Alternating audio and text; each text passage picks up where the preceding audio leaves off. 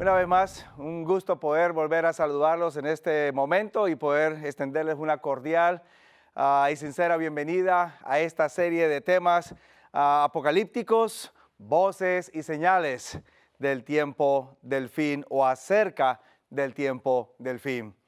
Hemos venido examinando en forma global el libro de Apocalipsis, principios para poder entenderlo, y nos hemos venido ya enfocando de manera más precisa dentro de la unidad central de este libro, que se encuentra compuesta por los capítulos 12 hasta el 14, 12, 13 y 14. Y entonces en las últimas presentaciones nos hemos enfocado de manera particular en el capítulo 12 de este libro. En este momento yo quisiera ahora empezar a enfocar su atención y que pudiéramos ir todos juntos a la palabra de Dios y poder entonces abrirla en el capítulo 13 de este libro. Quizás a manera de repaso, yo quisiera brindarles a ustedes un pequeño panorama de lo que hemos venido analizando de esta unidad central para luego empezar a entender el capítulo 13 y, no sin antes, invitar la presencia de nuestro Dios en este momento. Oremos. Querido Padre, gracias una vez más te damos por permitirnos poder venir y tomar este tiempo para espaciarnos en tu palabra, poderla entender y de manera personal poderla aplicar a nuestras vidas individuales. Una bendición especial pido por esta audiencia que nos está escuchando desde sus hogares, a la misma vez por los que están aquí presentes también, para que Padre Santo de manera particular tú puedas seguir dirigiendo y bendiciendo sus respectivas vidas. Padre, invitamos tu presencia y también la dirección e iluminación de tu Santo Espíritu al leer tu santa palabra, bendiciones que te imploramos en el nombre de Jesús. Amén. Perfecto. Vamos entonces de manera particular al libro de Apocalipsis y los invito una vez más para que podamos abrirlo y en breve podamos mirar lo que hasta este momento hemos venido estudiando. Comenzamos la unidad central analizando el capítulo 12 de este libro. Y en esta unidad central presentamos algunos eventos que nos presentan un movimiento entre actividades aquí en la tierra, actividades en el cielo y de regreso aquí a la tierra. El primer evento tiene que ver con el nacimiento de Jesús aquí en la tierra, allá en Belén de Judá. El segundo evento que mencionamos y que aparece en el capítulo 12 y el versículo 11 tiene que ver con la referencia que se hace a la cruz del Calvario, el derramamiento de la sangre del Cordero del Señor. Y estos dos eventos aparecen entonces siendo realizados aquí en la tierra. Luego entonces viene un tercer evento y es la guerra que acontece en el cielo. Y este, por supuesto, como lo mencionara, es un evento que tiene lugar allá en el cielo, la guerra en el cielo entre Miguel y el dragón, Cristo y Satanás. Y entonces, luego después de esa escena celestial, vamos entonces a ver otros dos eventos más y estos aparecen hablándonos de un periodo de 1260 años, durante los cuales la iglesia cristiana experimenta persecución, experimenta acoso y también está al punto de ser destruida por Satanás.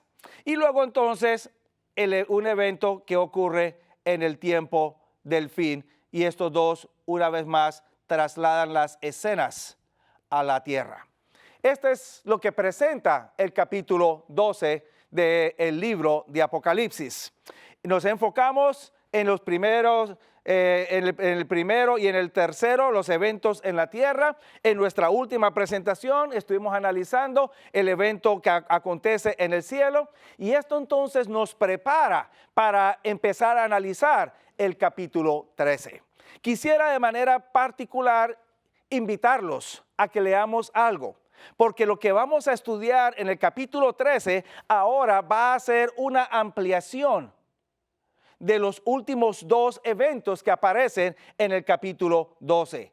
Los versículos 1 hasta el versículo 10 me va a presentar a mí la descripción de la actividad de un poder que surge sobre la tierra.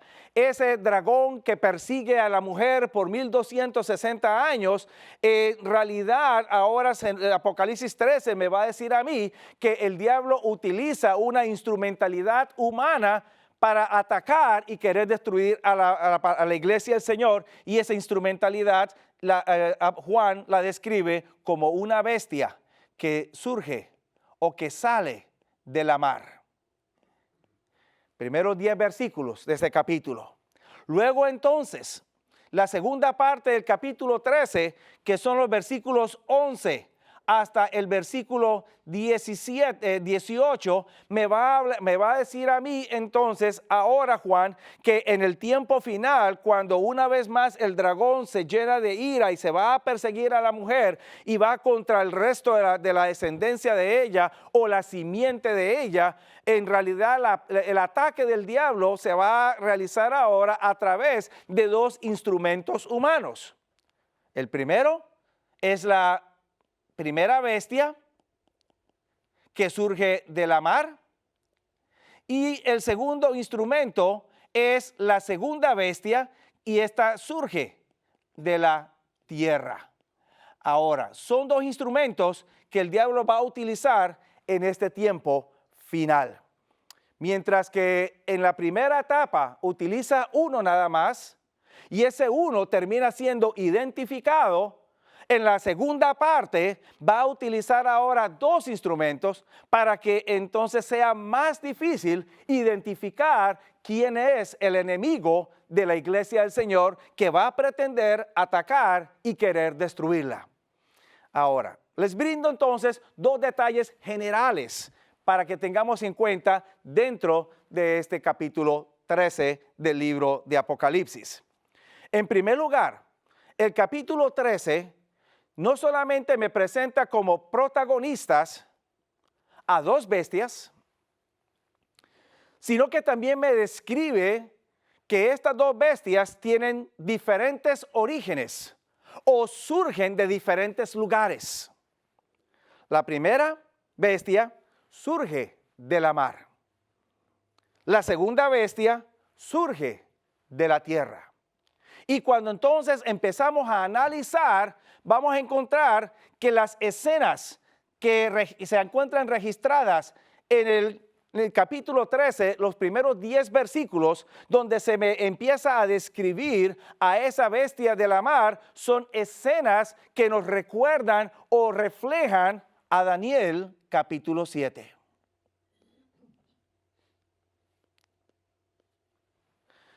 O sea que el capítulo 13 de Apocalipsis está pensando o reflejando Daniel capítulo 7.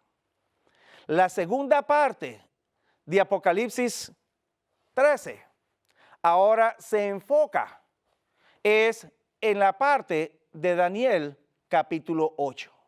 O tiene en mente o tiene una alusión a Daniel capítulo 8. ¿Por qué razón? Porque mientras que Daniel capítulo 7 me presenta bestias que salen de la mar y cuyas bestias son mencionadas en el mismo capítulo 13 al inicio del capítulo mismo, Daniel 8 me presenta bestias, pero ahora estas bestias ya no surgen de la mar, ahora estas bestias surgen de la tierra. Así que el capítulo 13 es un reflejo o hace una alusión a Daniel 7 y Daniel 8. En segundo lugar, y en forma general, también quiero presentarles a ustedes que este capítulo 13 de Apocalipsis me presenta una gran falsificación o un gran engaño. Tenemos tres poderes mencionados en el capítulo 13. El primer poder es el dragón.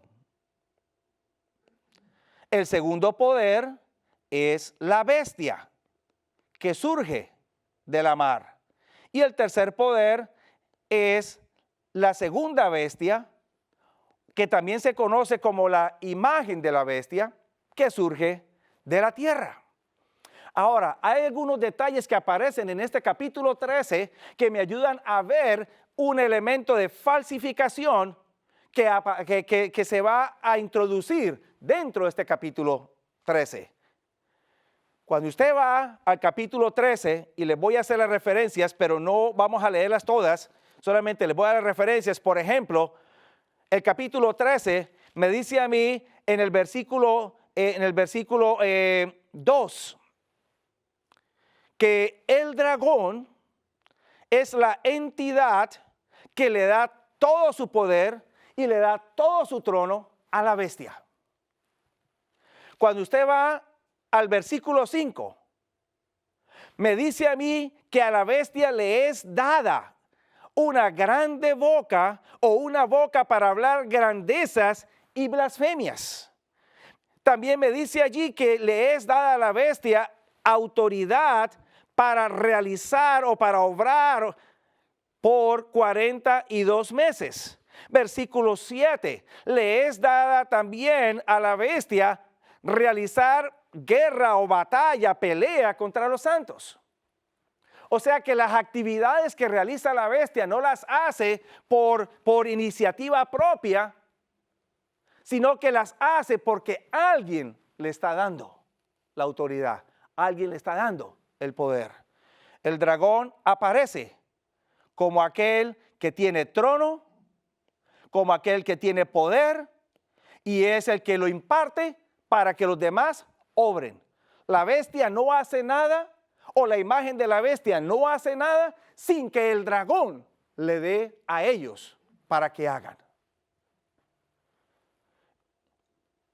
En segundo lugar, cuando usted ahora lee acerca de la bestia, usted va a encontrar que la bestia también tiene ciertas características. Porque la bestia, me dice el capítulo 13, allá el capítulo 13, en el versículo 3, la bestia sufre una herida de muerte. Pero la palabra que se traduce por herida de muerte o herida es un término, o es el término esfaso, que aparece en el idioma original, y es el término que se traduce o que se emplea para referirse al sacrificio de corderos. En otras palabras, la bestia que sufre una herida de muerte, en realidad la bestia experimenta un sacrificio como si fuera un sacrificio de cordero.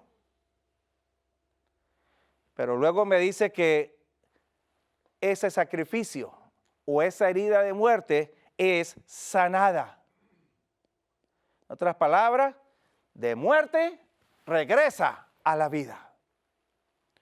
También me dice el capítulo 13 de Apocalipsis que además de estos detalles, una vez que la bestia regresa otra vez a la vida o es sanada o es resucitada, me dice el capítulo 13 y el versículo 4 que la tierra entonces se maravilla en pos de la bestia.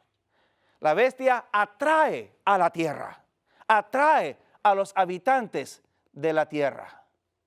Tiene un poder atractivo. Y entonces los habitantes de la tierra expresan quién es semejante a la bestia.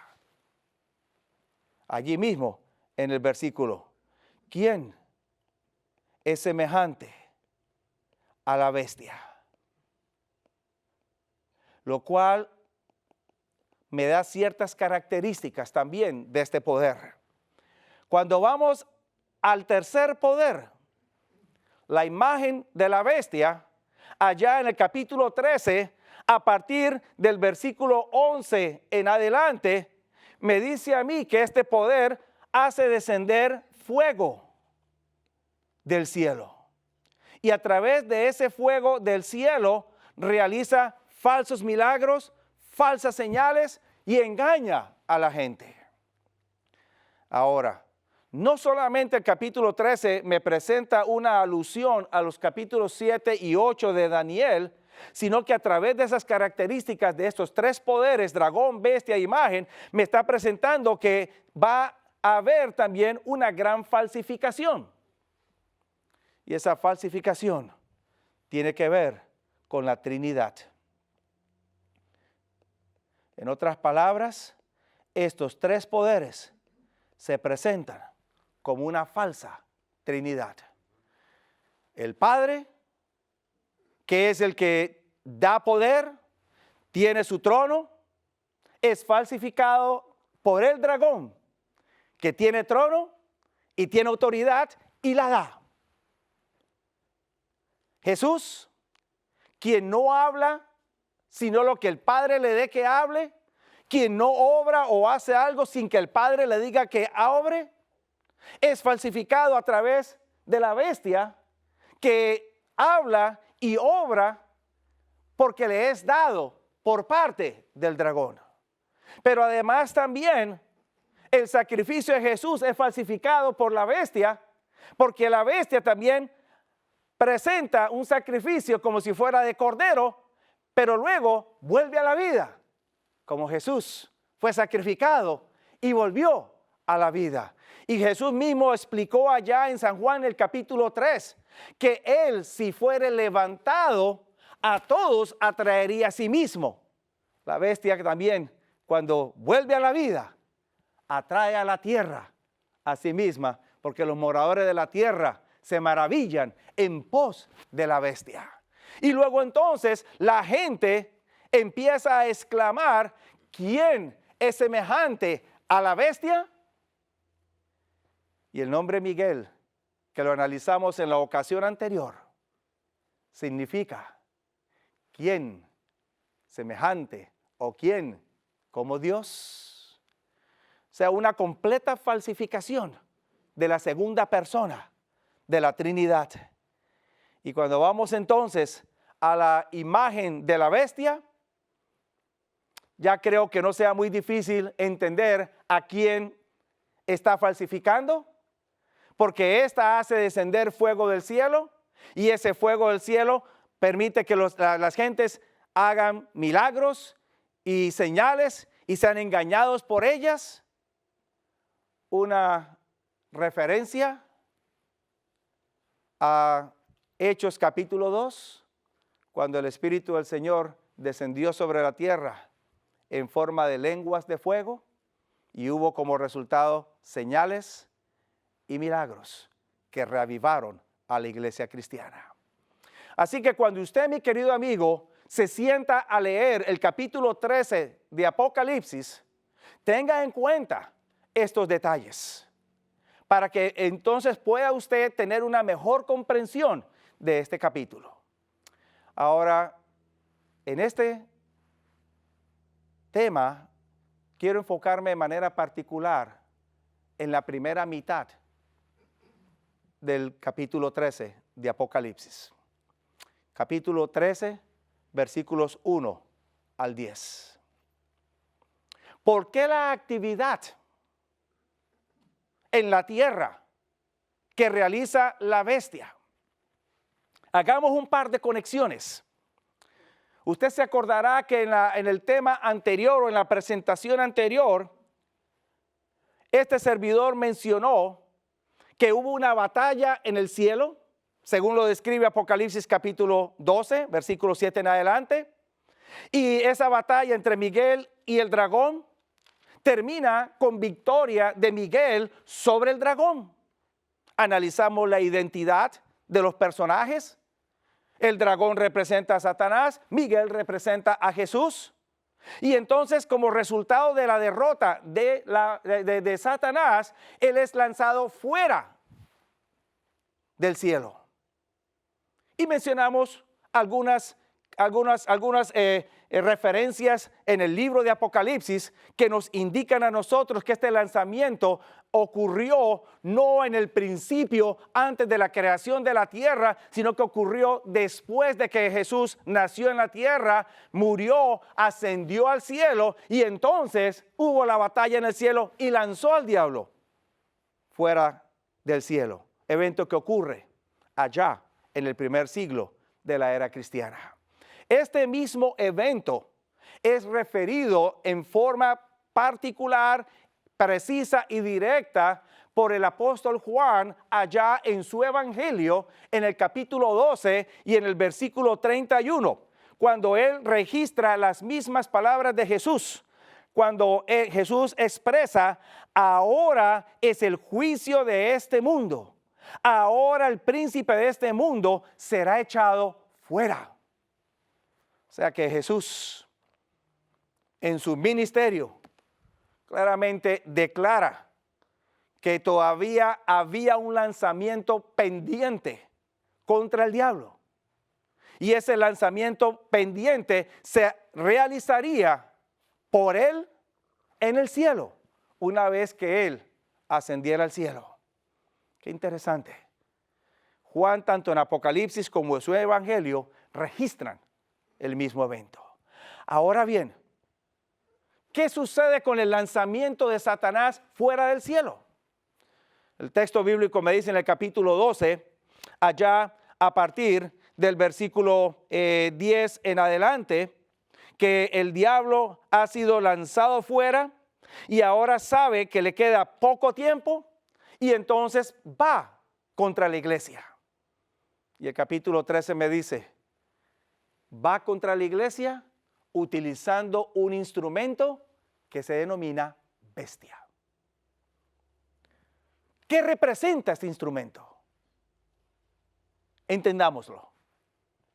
Hay varias características que nos ayudan a entender qué representa este sistema. En primer lugar, el capítulo 13 y el versículo 1 me dice a mí que este sistema denominado bestia surge de las aguas. Primera característica, surge de las aguas. Aunque ya lo mencionamos en una conferencia anterior sobre este mismo tópico, voy a repetirlo una vez más para que podamos irlo encajando dentro de nuestro estudio del día de hoy. Cuando vamos a la palabra de Dios a entender los símbolos, recordemos que el libro de Apocalipsis, Juan mismo nos dijo, es un libro escrito en forma de símbolos y esos símbolos necesitan ser entendidos no aislados o independientes de la Biblia, sino a la luz de todo el contexto bíblico. Y cuando vamos a la Escritura, encontramos que Juan no me dice a mí qué significa una bestia. Pero la Escritura sí me lo dice en otra porción, y es el libro del profeta Daniel, quien describe también a bestias similares saliendo de la mar. Y el mismo profeta Daniel me dice a mí lo que significan. Les voy a dar las referencias para que ustedes las tengan en mente. En primer lugar, en Daniel el capítulo 7, versículo 17 y luego versículo 24. Daniel me dice a mí que esta bestia o una bestia en términos bíblicos o proféticos, bien sea representa un rey o bien sea representa un reino. Pero ahora este rey o este reino surge de las aguas. Y ahora con el asunto de las aguas, recuerden que Juan nos da una pequeña ayuda. Porque en el capítulo 17, versículo 15 de su capítulo 17, versículo 15 de su libro, exactamente, Juan me dice a mí que aguas representan gentes. Pero entonces, la pregunta que surge y que yo les hice en una ocasión anterior fue: ¿cuáles gentes son estas? ¿Cuáles pueblos son estos? ¿Será que yo estoy incluido o será que no estoy incluido? Y ahí es cuando necesito ampliar el concepto de aguas. Isaías me ayuda en esa ampliación.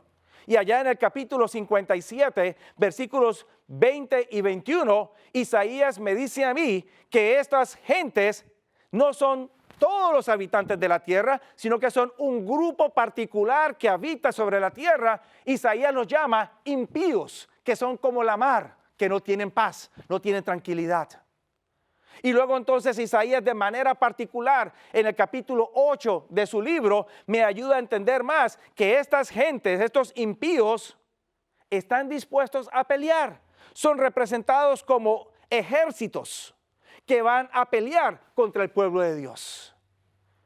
Por lo tanto, lo que estamos viendo nosotros en el capítulo 13 de Apocalipsis ahora es la descripción de un conflicto o una guerra que va a acontecer después del lanzamiento del diablo fuera del cielo, porque él sabe que le queda poco tiempo y lo único que le queda por destruir es a la mujer, a la iglesia del Señor, ya que no pudo acabar con su hijo, o sea, con Jesús. Pero otras características me ayudan a entender a esta bestia. Además de ser un rey o un reino, un sistema que surge de en medio de las gentes, y estas gentes la apoyan y están dispuestas a pelear por sostener los principios de esta bestia, hay otros detalles más que me presenta el capítulo 13 del libro de Apocalipsis. No tengo que ir muy lejos para entender esto. En el capítulo 13 me dice a mí el versículo 1 que hay similitudes entre la bestia y el dragón. Tanto el dragón tiene 7 cabezas y 10 cuernos, como la bestia también tiene 7 cabezas y 10 cuernos. Esta similitud es muy interesante que usted la pueda tener en cuenta y la pueda observar, porque esto le indica a usted que entre la bestia y el dragón hay una conexión muy detallada, muy cercana. Y esta bestia es un poder que no va a trabajar a favor de Dios, es un poder que va a trabajar contra el pueblo de Dios. También me dice a mí que esta bestia tiene coronas, al igual que el dragón tiene coronas, y estas coronas son iguales, son diademas. Y ustedes se acordarán el uso del término diadema, corona de realeza. Así que un poder o un sistema que es apoyado por las gentes y de manera particular por los reyes o los gobernantes de la tierra. Otra característica que aparece allí es que esta bestia es una bestia que tiene ciertos elementos que la componen que son muy particulares. Es una bestia compuesta, en otras palabras. El capítulo 13 de Apocalipsis y el versículo 2 me dice a mí que este sistema, además de ser bestia, también tiene parte de leopardo. A la misma vez tiene parte de oso y también tiene parte de león. Si por casualidad usted se estaba preguntando conexión entre Apocalipsis 13 y Daniel capítulo 7, usted puede ver una conexión mucho más clara allí. No solamente sale de la mar la bestia, sino que se mencionan las otras bestias que Daniel ve en visión. Ahora la pregunta que surge es, mientras que en Daniel estas bestias representan 4 diferentes reinos, uno independiente del otro o uno distinto al otro, cuando venimos a Apocalipsis encontramos entonces que estos 4 reinos en realidad se han fusionado, se han unido y ahora representan un solo poder, un solo sistema. Mientras que el diablo en la antigüedad obró a través de 4 sistemas, en este tiempo final va a obrar a través de uno, pero este sistema va a causar confusión porque va a tener componentes de los anteriores, los va a unir en un sincretismo o en una unidad de creencias y prácticas como si fueran la verdad que están representando. Ahora, antes de mencionar un detalle más en cuanto a esto, yo quisiera llamar su atención para que veamos otra característica y luego regresamos a esta. Porque esta bestia, me dice a mí la palabra del Señor, allá en el capítulo 13, y a partir del versículo 5 en adelante, esta bestia le es dada el poder para hablar. o autoridad para hablar. Me dice que habla grandezas y de manera, el versículo 5 me dice que de manera particular habla blasfemias. Ahora, no sé si usted se estará preguntando acerca de estas blasfemias. Le explico algo, mi querido amigo, hermano que me está escuchando en este momento. Cuando usted lee el término blasfemia en las Sagradas Escrituras, la tendencia natural es de entenderla a la luz de cómo se usa el término blasfemia hoy en día. Y si usted va a un diccionario a leer el uso del término blasfemia, un diccionario moderno de la lengua española o inclusive de la lengua inglesa, usted va a encontrar que una blasfemia, como puede ser una ofensa, como puede ser una palabra mal dicha o una palabra obscena, como también puede indicar o reflejar un tipo de engaño. Quizás este último es del que menos se piensa, pero cuando usted va a la Escritura, este último es el que más se emplea para referirse al término blasfemia. Cuando usted va a la Escritura, el término blasfemia aparece en varias ocasiones en el Nuevo Testamento de manera particular. Y también en forma especial, Jesús es acusado de blasfemia por los judíos de su época.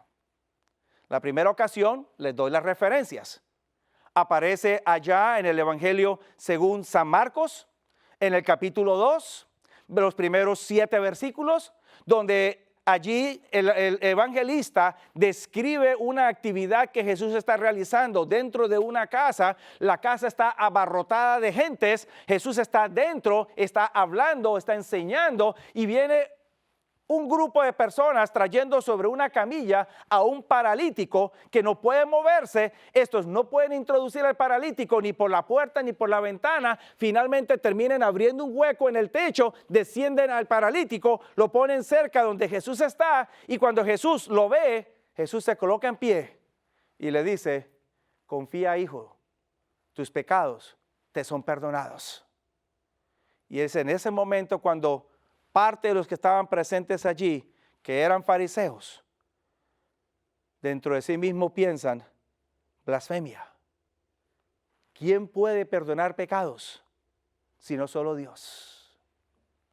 Y luego Jesús entonces les muestra por qué Él perdonó pecado en ese momento.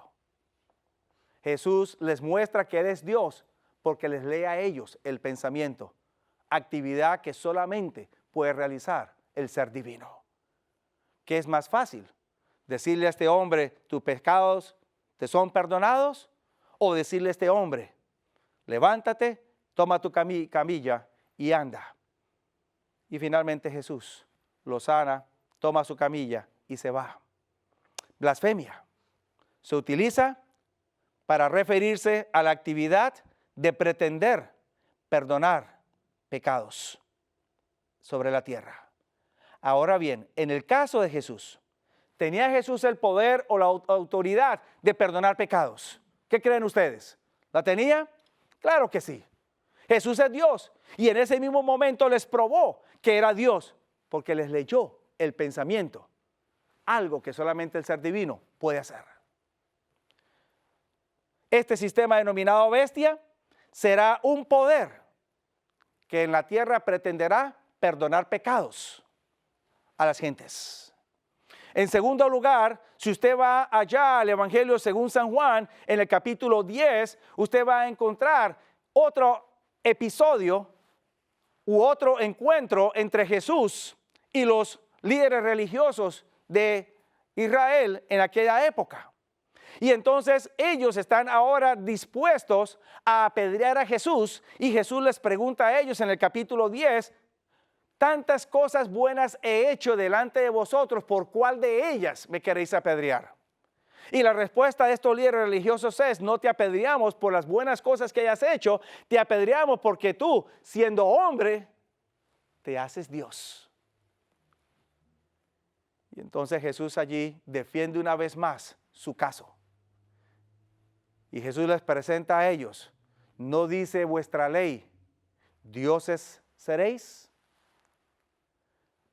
Así que Jesús es acusado de blasfemia porque dice ser Dios. Y la pregunta que surge: ¿era Jesús Dios o no era Jesús Dios? Y la respuesta es obvia. Jesús es Dios. Por lo tanto, este poder denominado bestia es un poder que, al hablar blasfemias, está indicando que no solo pretende perdonar pecados sobre la tierra, sino que también está pretendiendo ser Dios sobre la tierra. Y automáticamente eso me ayuda a mí a entender que este poder denominado bestia es un sistema de naturaleza religioso. No es un poder pagano, secular, político, aunque utiliza política, pero es un sistema de naturaleza religiosa. En otras palabras, pretende servir a Dios, pretende creer en Dios a la misma vez que pretende perdonar pecados y pretende ser Dios en la tierra. Ahora bien, ustedes se acordarán que yo les mencioné a ustedes que este poder es muy similar o tiene similitudes muy cercanas con el dragón, porque tiene 7 cabezas, tiene 10 cuernos, tiene coronas sobre sus cabezas o cuernos. Ahora yo les pregunto a ustedes: al esta bestia pretender perdonar pecados sobre la tierra y pretender ser Dios sobre la tierra, ¿está esta bestia reflejando las mismas características de Satanás en el tiempo inicial? Desde luego que sí. Allá en Isaías 14, versículos 12 al 14, usted se acordará que cuando este ser desea ascender a las alturas, colocar su trono sobre el Aquilón o el norte, el versículo 14 dice que este ser quería ser semejante al Altísimo. Y por eso en el jardín del Edén le dijo a la mujer: seréis como dioses, sabiendo el bien y el mal. Y ahora la bestia refleja ese mismo deseo, esa misma intención de Satanás, ser como Dios aquí en la tierra, y actúa como si fuera Dios aquí en la tierra, perdonando pecados. Ahora es esta misma bestia la que luego es vista una vez más, ya no como bestia, pero es vista como mujer en el capítulo 17 de Apocalipsis. Y esta bestia ahora es vista como mujer porque es el mismo sistema. Recuerden, una mujer representa un pueblo, una iglesia, un pueblo que es religioso o es espiritual, profesa servir a Dios. ¿Y de qué está vestida esta mujer del capítulo 17? Está vestida con púrpura, escarlata, oro, piedras preciosas, tiene un cáliz de oro y un nombre sobre su frente. Las mismas componentes de la vestimenta del sumo sacerdote en el Antiguo Testamento. Libro del Éxodo, capítulo 28. ¿Cuáles son las pretensiones de esta mujer? Entonces, ser como un sumo sacerdote en la tierra.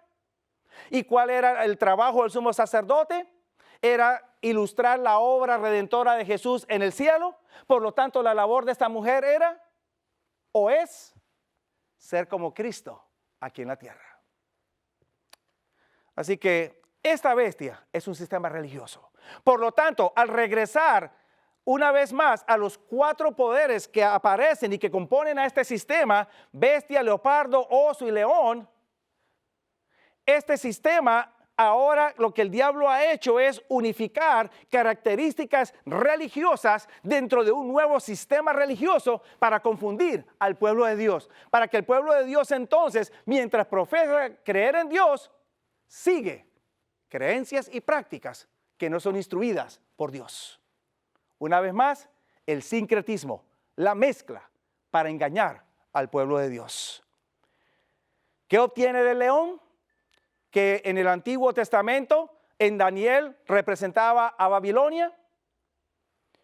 Característica religiosa principal de los babilonios: adoración al sol. Y lo hacían primordialmente, primer día de la semana. ¿Qué obtiene del oso, que representaba al imperio medo-persa en aquella época? Dos elementos. Uno, el sistema de adoración persa, que incluía vestimenta, incluía ciertos rituales.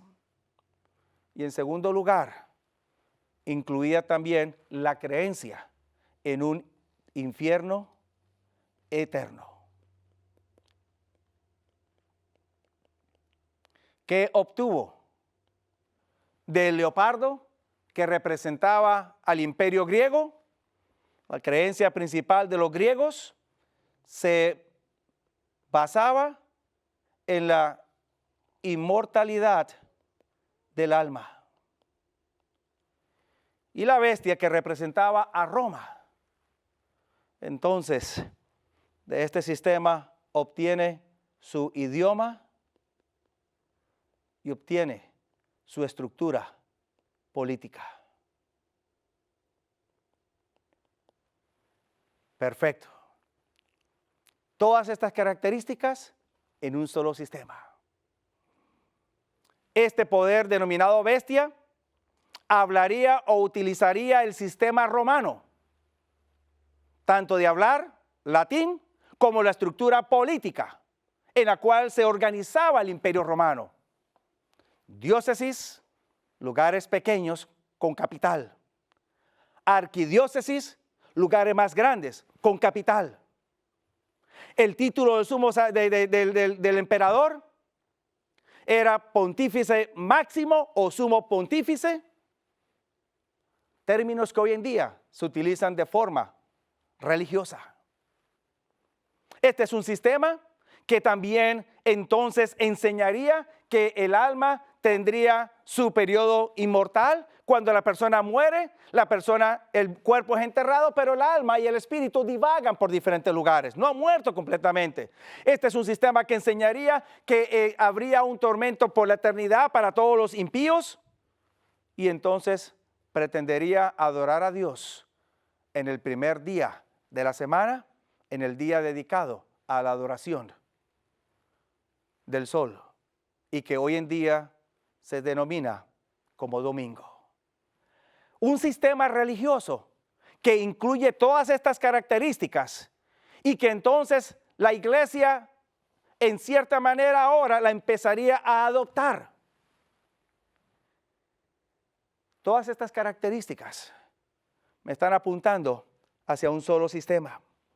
Pero antes de dar la identificación, quiero compartir con ustedes una característica más que aparece en el capítulo 13. Y esta característica usted la va a leer allá en el capítulo 13, a partir del versículo 7. A este sistema denominado bestia le es dada autoridad o le es dado poder de realizar guerra o de pelear contra los santos. En otras palabras, persigue a los santos de Dios. Permítame, borro aquí brevemente y seguimos escribiendo. Persigue a los santos, a la iglesia. Es un poder que profesa servir a Dios, pero ataca a los siervos de Dios. Y de manera particular, este poder lo hace durante un tiempo particular o especial.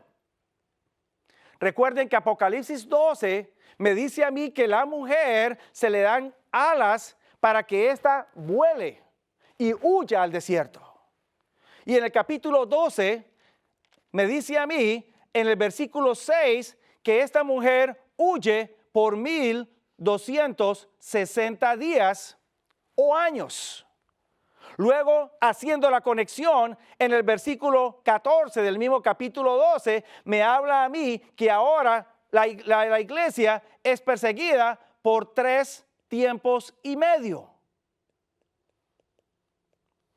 Y luego cuando va al capítulo 13, la persecución o la actividad perseguidora de este poder denominado bestia, capítulo 13, versículo 7, me dice que dura por 42 meses. 3 periodos distintos para referirse al mismo evento. Lo cual me ayuda a entender entonces que estos 1260 no son días literales, sino que son años proféticos, o más bien días proféticos, años literales. Lo cual está muy en armonía con el principio bíblico, donde se nos dice tanto en Ezequiel capítulo 14, como en otros pasajes. Ezequiel capítulo 4, perdón, y otros pasajes, que un día representa un año. Por 1260 años estuvo este poder denominado bestia persiguiendo al pueblo de Dios. Tiempo que ha sido identificado por los historiadores, que tuvo su inicio en el año 528 y se extendió hasta el año 1798. Ahora creo que estamos mejor preparados para identificar este sistema denominado bestia. Cuando usted va a la historia, mi querido amigo, hermano que me está escuchando a través de la pantalla de su televisor o de su computador, cuando usted va a la historia o a analizar la historia, usted va a encontrar que durante la Edad Media, desde el 528, Edad Media, desde el año 538, correcto,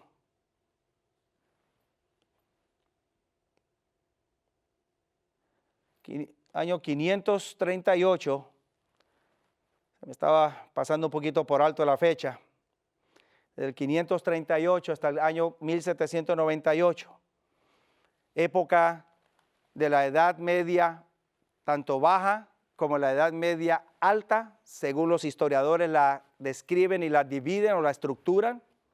Solamente hubo un poder que con naturaleza religiosa pretendió servir a Dios, pero a la misma vez persiguió a los que no se ajustaban a sus dictámenes.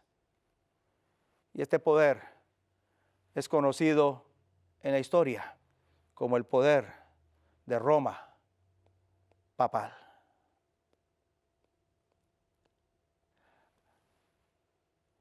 Querido amigo, de pronto este dato le pueda a usted perturbar un poco, quizás sea la primera vez que usted lo está escuchando. Pero vamos a encontrar en la historia que no solamente este sistema papal persiguió a muchos cristianos, millones de ellos murieron mártires por su fe, pero a la misma vez usted va a encontrar que este sistema papal también llevó a la iglesia o desvió a la iglesia de la fe de los apóstoles, la fe primitiva de la iglesia cristiana, a otras creencias. Y también va a encontrar que este poder fue ampliamente sostenido o apoyado por los reyes de la tierra durante todo ese periodo. No había nada que dijera el pontífice de Roma que los reyes de la tierra no hicieran. A la misma vez, este poder hasta el día de hoy sostiene que el ser humano tiene un alma inmortal que cuando la persona muere, el alma se va para el cielo o se va para el infierno o se va para el purgatorio o quizás si fue un bebito se va para el limbo. Este poder también sostiene que o enseña que los impíos van a ir entonces a un lugar donde van a ser atormentados y ese tormento va a ser para siempre jamás. Este poder también adora a Dios, no en el día que Dios pidió, sino en el día establecido por este mismo sistema, el primer día de la semana, día domingo. Y es un sistema que dentro de su estructura refleja características como el idioma latín, idioma principal, idioma que se utiliza no solamente para su Biblia principal, la Vulgata latina, pero que también fue el idioma principal para los servicios religiosos en todas las partes del mundo a través de la historia hasta el año de 1960, cuando por primera vez los servicios dejaron de ser en las iglesias, dejaron de ser en latín para ser entonces en los idiomas regulares de las gentes que los escuchaban. Estamos hablando de un sistema que se desvió y desvió a muchos. Pero no, mi querido amigo, no estoy atacando en este momento, ni estoy criticando a la Iglesia Católica en ningún momento, ni a ninguno de sus adherentes que con corazones sinceros no solo han nacido, sino que también han seguido creciendo y se han desarrollado dentro de ese sistema. Yo mismo nací en un hogar católico, crecí en un hogar católico. Y solo con el conocimiento de la Biblia pude lograr entender estas cosas. Y muchos de mis familiares todavía están dentro de este sistema. Así que no estoy hablando, ni estoy criticando, ni estoy atacando a esta iglesia, ni a sus feligreses. Estoy hablando de un sistema que desafortunadamente ha sido utilizado a través de la historia para desviar y atacar al pueblo de Dios. Mi querido amigo, ¿cómo surge este desvío en la historia? ¿Cómo surge este desvío? Recuerde que yo le había hablado a usted acerca de un sincretismo que surgió en el pueblo de Israel cuando se combinó la fe de Jehová con la fe de Baal. Ese mismo sincretismo o esa misma confusión vino en el tiempo de Jesús cuando los judíos mezclaron la fe de Jehová con las tradiciones que ellos tenían. Ahora en la iglesia cristiana resurge otra vez un sincretismo o una mezcla, una confusión. Porque entonces ahora la iglesia cristiana mezcla la fe del Señor, la fe en Jesús, con las tradiciones filosóficas de la época y que hasta el día de hoy todavía forman la plataforma de este sistema religioso. El mismo libro o la misma Biblia me presenta a mí esto. Juan es el último de los apóstoles que vive, muere y es el único y último autor del Nuevo Testamento, y digo el único que escribió después de la destrucción de Jerusalén, y es el último en escribir, y escribe su evangelio, 3 cartas y el libro de Apocalipsis. Escribe hacia el final del primer siglo de la era cristiana. ¿Por qué Juan tiene que escribir 5 obras al final del primer siglo, cuando ya se habían escrito el resto del Nuevo Testamento antes del año 70 de la era cristiana? Y cuando usted lee las cartas, el evangelio y el libro de Apocalipsis, usted va a encontrar que dentro de la iglesia cristiana ya se estaban empezando a infiltrar filosofías que estaban empezando a desviar a la iglesia de la fe cristiana. Juan escribe y trata de mantener el balance dentro de la iglesia. Pero desafortunadamente Juan muere al final del primer siglo. Y es hacia finales del segundo siglo de la era cristiana cuando surgen los primeros líderes de la iglesia. Clemente de Alejandría, y Orígenes, su pupilo o su discípulo, quienes empiezan ellos a querer interpretar y a manejar la Biblia con términos filosóficos. Y a partir de ese momento se empiezan a introducir ideas filosóficas dentro de la iglesia cristiana, pero con un marco o una túnica bíblica. Y así la iglesia empieza entonces a desviarse de la fe cristiana.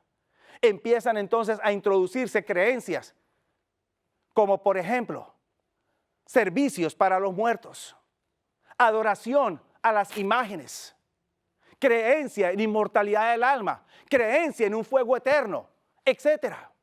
Llega la época de la Edad Media Alta, 1500. Y entonces ahora la iglesia prácticamente con esa plataforma filosófica no solo se ha desviado de la Biblia, sino que la prohíbe y los cristianos que quieran leerla ahora son objeto de persecución. Y entonces, de este sistema entonces, surge lo que es conocido como la Reforma Protestante, que inicia Martín Lutero, Juan Calvino y otros tantos más. Y con este surgimiento viene lo que es el movimiento protestante. Protestan por ese desvío y protestan por esa persecución que no tiene razón de ser, que es injusta y que es diabólica. Porque según Apocalipsis es dirigida por Satanás. Lo que inicialmente el protestantismo tornó en bendición para el mundo cristiano, eventualmente el protestantismo hizo lo mismo que el catolicismo en la Edad Media. Mientras que el catolicismo tuvo su periodo que ahora mezcla la Biblia con la filosofía, durante el protestantismo de 1700 y 1800, también ahora los protestantes empiezan a utilizar filosofía para fundamentar sus creencias. Se rigen por la Biblia con una plataforma netamente filosófica. ¿Por qué? Porque todavía enseñan inmortalidad del alma, todavía enseñan que hay un infierno eterno, todavía enseñan que hay que adorar a Dios en un día que Dios no ha autorizado. Fundamentos filosóficos, pero que le colocan una pinturita o una cobertura bíblica con el fin de justificar esas creencias. Para finales de 1800, el protestantismo se ha apartado tanto de lo que marcó sus inicios, que ahora hay una división en el protestantismo y surge el movimiento evangélico. Y en el movimiento evangélico hay un deseo de querer volver a la Biblia y querer sostenerse con la Biblia, pero mantienen la misma plataforma filosófica, inmortalidad del alma, fuego eterno, primer día de la semana para adorar a Dios. En el tiempo presente, usted ve cómo este movimiento evangélico también se fractura, con ahora teniendo iglesias no denominacionales, iglesias sin afiliación de denominación alguna, con la misma plataforma. Mi querido amigo, usted necesita volver a las raíces de la palabra de Dios. Usted necesita volver a encontrar la palabra de Dios. Lo invito para que lo haga. Dios te bendiga.